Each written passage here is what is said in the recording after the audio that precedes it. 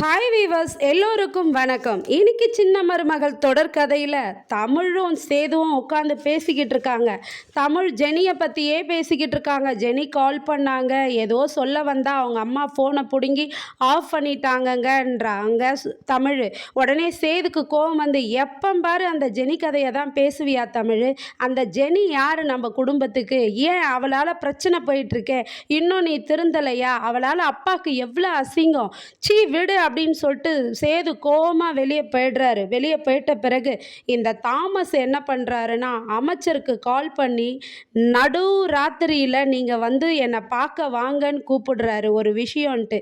அமைச்சரும் தாமஸை பார்க்கறதுக்காக போய்கிட்டு இருக்கிறாரு. ஆனால் தாமஸ் என்ன பண்ணுறாருன்னா, சக்தியை கடத்திக்கிட்டு வந்து அங்கே கடத்தி வச்சிருக்காருங்க. கடத்தி வச்சுட்டு அவர் சக்தியை பார்த்து சொல்கிறாரு, ஏய் நீ என் பொண்ணையாடா கல்யாணம் பண்ணுற? நாளைக்கு பாரு, பொழுது வெடிஞ்சதும் உன் நிலமை என்னன்னு பல பேருக்கு இது பாடமாக இருக்கும் பாருடா அப்படின்றாரு. அப்போ அந்த நேரத்தில் அமைச்சரும் அங்கே வராரு. அமைச்சர் வந்ததும், ஐயா வாங்க வாங்க அப்படின்னு கூப்பிடுறாரு தாமஸ். என் பேச்சை நம்பி நீங்கள் நான் கூப்பிட்டதும் வந்ததுக்கு ரொம்ப தேங்க்ஸ் ஐயா, வாங்க ஐயா, என்னை மதித்து வந்திருக்கீங்க அப்படின்றாங்க. என்ன சொல்கிறாருன்னா தாமஸு, அந்த நீதிமான் கட்சியில் வந்து நான் ரொம்ப உழைச்சேன். ஆனால் அந்த ஆள் என்னன்னா, இன்றைக்கி நான் உங்கள் குடும்பத்தில் காலையில் வந்து பேசுகிறதுக்குள்ளே இந்த விஷயத்தை பெருசாக ஊதி பெருசு பண்ணி ஒரு நன்றியே இல்லாமல் நடந்துக்கினாரு. என்னையும் கட்சியிலேருந்து தூக்கிட்டாரு. ஆனால் அவர் செய்தது நன்றி கட்டத்தனமாக இருந்தது அப்படின்னு சொல்கிறாரு தாமஸ். ஆனால் நீங்கள் ஐயா பெருந்தன்மையாக என்னை உங்கள் கட்சியில் சேர்த்துக்கிட்டீங்க, அதுக்காக நன்றி. அதுவும் இல்லாமல் நான் இந்த வர எலெக்ஷன்லேயே நான் தேர்தலில் நிற்கலான் இருக்கிறேன் ஐயா அப்படின்னு சொல்கிறாரு தாமஸ் அமைச்சர்கிட்ட. அமைச்சரா, அதில் என்ன இருக்குது, இப்போ தானப்பா நீங்கள் சேர்ந்தீங்க, பரவாயில்ல நீங்கள் நில்லுங்க அப்படின்னு சொல்கிறாரு அமைச்சர். அதனால தான் ஐயா உங்களுக்கு ஒரு பார்ட்டி கொடுக்கலான்னு நான் இங்கே வர சொன்னேன் அப்படின்னு சொல்கிறாரு தாமஸ். உடனே பார்ட்டியா அப்படின்ட்டு அமைச்சர் பார்க்குறாரு. பார்த்தா அங்கே 2 பாட்டில் இருக்குதுங்க, பீர் பாட்டிலு.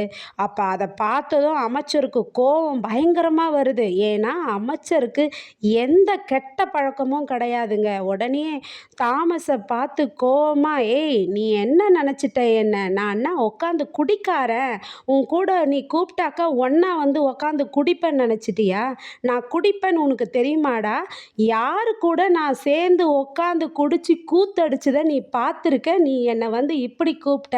நான் உன்னை மதித்து வந்ததுக்கு நீ தரங்கட்டத்தனமாக நடந்துக்கினியே அப்படின்னு சொல்லிட்டு, இனிமேல் எனக்கு நீ கால் பண்ணாத, கால் பண்ணினா நான் மனுஷனாகவே இருக்க மாட்டேன் அப்படின்னு சொல்லிட்டு அந்த இடத்த விட்டுட்டு கோவமாக வந்துடுறாரு.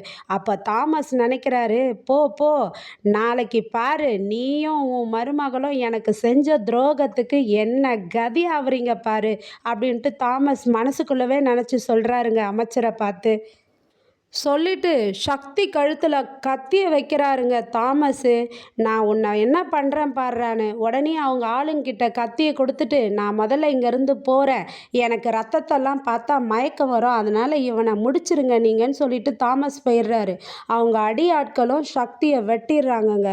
வெட்டிட்ட பிறகு வீட்டில் வந்து ஒரே புலம்புலுங்க. சேது குடிச்சிட்டு, அப்பா மனசு இவ்வளோ கஷ்டமாக இருக்கே, அப்பா அது மாதிரி தனியாக வெளியே போக மாட்டாரே, இந்த தமிழ் ஏன் தான் பண்ணுறான்னு தெரியலையே, அப்பா மனசு உடஞ்சி நைட்டு ராத்திரியில் தனியாக வெளியில் போயிட்டு வந்திருக்கிறாருன்னா அவருக்கு எவ்வளோ கஷ்டம் இருக்கும்னு சொல்லிட்டு பயங்கரமாக அழுகுறாரு இந்த சேது. அதுக்கப்புறமா வந்து இந்த நீதிமானுக்கு ஈஸ்வரி கால் பண்ணுறாங்கங்க.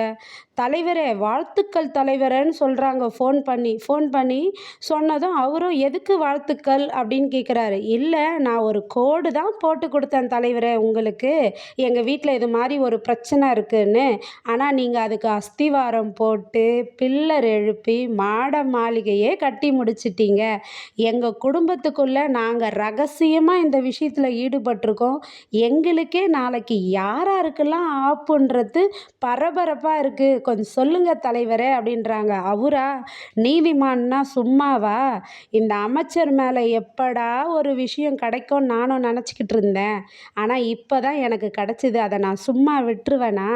நாளைக்கு பாருங்க ஒரு அணுகுண்டே வெடிக்க போகுது பாருங்க அப்படின்றாரு. ஈஸ்வரி எனக்கு சொல்லுங்க தலைவரேன்றாங்க. அதை நீங்களே பொறுத்திருந்து நாளைய வரையும் பாருங்க அப்படின்னு சொல்கிறாரு நீதிமான். அதுக்கப்புறம் காட்டுக்குள்ள ஒரு சடலம் கிடக்குதுங்க. அதையெல்லாம் பொதுமக்கள்லாம் பார்த்துட்டு போலீஸை வர வச்சு அங்கே என்கொயரிங் நடந்துட்டுருக்கு. அதுக்கப்புறமா நியூஸில் பார்த்தாக்கா மதுரை புதிய துவரங்குறிச்சி பைபாஸ் சாலையில் இருக்கும் காஜாராம்பேட்டையில் ஒரு தலையில்லாத ஆண் சடலம் கிடக்குது. அவர் கலப்பு திருமணம் செய்த சக்தி என தெரிவிக்க வந்திருக்கிறது. இந்த கொலை ஆணவ கொலையாக இருக்கலாம் என கருதப்படுகிறதுன்னு நியூஸில் வருதுங்க. உடனே இதை பார்த்ததும் அப்படியே எல்லாருக்கும் கதி கலங்குது. இப்படி நியூஸில் வந்ததும் அமைச்சர் வீட்டுக்கு இன்னும் இது தெரியல, அமைச்சருக்கும் தெரியல. ஆனால் அமைச்சர் இன்னைக்கு விருது வழங்கும் விழாவுக்கு கிளம்பிக்கிட்டு இருக்கிறாரு. அப்போது சேதுவும் கிளம்பிட்டு இருக்கிறாரு. தமிழ் என்ன சொல்கிறாங்கன்னா, ஏங்க ஏங்க என்கிட்ட பேசவே மாட்டேன்றீங்க, நான் ஒரு சட்டை எடுத்து வச்சுருக்கேன், நீங்கள் அதை போடாமல் இதை போடுறீங்களே அப்படின்றாங்க. அம்மா தாயே என்னை விடு, எங்கள் அப்பா இன்னைக்கு இந்த மாநிலத்துக்கே சர்வதேச சிறந்த அமைச்சன் விருது வாங்க போகிறாரு, நான் அதுக்கு சந்தோஷமாக போய்கிட்டு இருக்கேன், நீ அதை கெடுக்காத, என் மூடை கெடுக்காத, நான் போயிட்டு வந்த பிறகு உனக்கு ஒரு வாட்டி டைம் தரேன், அவகாசம் தரேன், அப்போ நீ பொறுமையாக சொல்லு, என்னை இப்போ விடு அப்படின்றாங்க. அமைச்சரும் கிளம்புறாரு. கிளம்பும்போது பாட்டியும் அவங்க அம்மாவும் என்ன பண்ணுறாங்கன்னா, இந்தா ஐயா ஒரு எலுமிச்சம்பழம்னு கொடுக்குறாங்க. எதுக்கு ஆத்தான்னு கேட்குறாரு. இதை உன் கையில் வச்சுக்கப்பா, நீ விருது வாங்குற நேரத்தில் ஏதேதோ நம்ம குடும்பத்தில் நடக்குதுப்பா அப்படின்றாங்க. உடனே இவரும் நான் போயிட்டு வரேன்னு கிளம்புறாருங்க. ஆனால் மேடையில் இவருக்கு விருது கொடுக்கும்போது நாளைக்கு ப்ரொமோவில் போலீஸ் அவரை அரெஸ்ட் பண்ணுற மாதிரி காட்டுறாங்க. என்ன நடக்குதுன்னு பொறுத்திருந்து பார்ப்போம். நன்றி. பாய் பாய்.